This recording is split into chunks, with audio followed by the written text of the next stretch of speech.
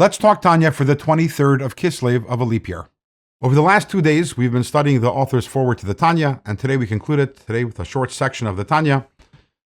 And in today's Tanya, the Alter Rebbe is going to explain why not only he decided to write the Tanya, but also why he decided to publish the Tanya. Now, you would think those two go hand in hand, but let me tell you a little about the history of Tanya.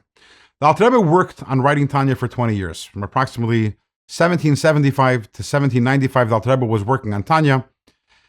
And once the Tanya was finished, the Alter Rebbe released the Tanya in booklet form or in pamphlet form. It was not published, and people would hand copy their own copies of the Tanya. And this was because of the Alter Rebbe's deep humility. He was hesitant to actually publish it. Publishing is making a statement. By the way, the Alter Rebbe's humility is also evident after he published the Tanya. Interestingly, when the Tanya was first published, it did not contain the Alter Rebbe's name. It was an anonymous work. And all the subsequent editions of the Tanya until the Alter Rebbe passed away did not contain the Alter Rebbe's name. It was only after the Alter Rebbe passed away they added in his name.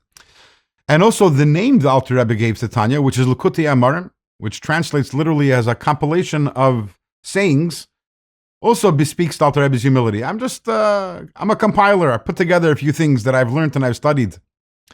So the Alter Rebbe was hesitant to publish the Tanya. But what happened is that inevitably, as the copies started being disseminated, and one person copied from another by hand, so mistakes started creeping up in the copies, and you had copies of Tanya that were filled with mistakes. And moreover, what happened was that, the Alter Rebbe had many opponents. There were many people who were opposed to the Alter Rebbe's way, the new way of Chassidus. So they actually deliberately copied Tanyas and planted mistakes and important mistakes in Tanya so they can discredit the Tanya. So therefore, the Alter Rebbe realized he has to publish the Tanya. That's what the Alter Rebbe says in today's section. He says, the reason why I'm publishing the Tanya is because of all this proliferation of error-filled Tanyas.